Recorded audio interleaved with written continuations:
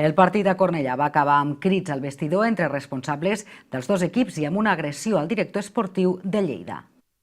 Els partits entre el Lleida i el Cornellà ja són alguna cosa més que partits de futbol i són a haver comptes pendents i per això es viuen amb una intensitat especial i el partit d'ahir no va ser una excepció. Hi havia en joc una plaça de play-off o, si més no, la possibilitat de donar un pas important en aquesta direcció i el Lleida va estar a tot just segons d'aconseguir treure'n alguna cosa positiva. En un partit amb poques ocasions per totes dues parts, tot i que alguna de força clara com aquesta d'Ortuño a la mitja hora de joc, va primar l'atenció per damunt de la qualitat. Després de 90 minuts de brega tot semblava indicar que hi hauria repartiment de punts, però al 92 una jugada mal defensada pel Lleida va ser l'origen de l'únic gol del partit aconseguit per Fito Miranda i celebrat al municipal de Cornellà amb autèntic entusiasme.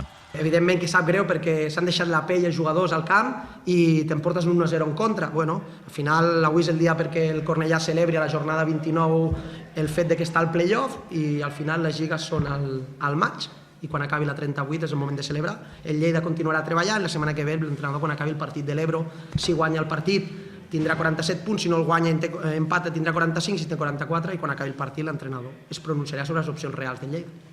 La tensió va arribar als vestidors després del gol. El director esportiu de Lleida, Jordi Esteve, va ser agredit pel seu homòleg al Cornellà. Segons l'àrbitre, va fer constar l'acte i va confirmar també l'entrenador blau. No, si ha sigut l'Andrés Manzano, director esportiu del Cornellà, li podeu preguntar amb ell, ha pegat a una persona del Lleida per l'esquena i és el que ha passat. Llavors, evidentment, després que et peguin un calbot, doncs, evidentment hi ha crits, però no. Felicitem al Cornellà, ho han celebrat, és normal, estan molt contents, han aconseguit una gran victòria, han fet una celebració digna d'un play-off, però estem a la jornada 29 i se celebren a la 38. El Lleida prendrà mesures al respecte via federació, però sens dubte la millor manera de tornar al cop seria acabar la Lliga per sobre del Cornellà i aquest serà l'objectiu.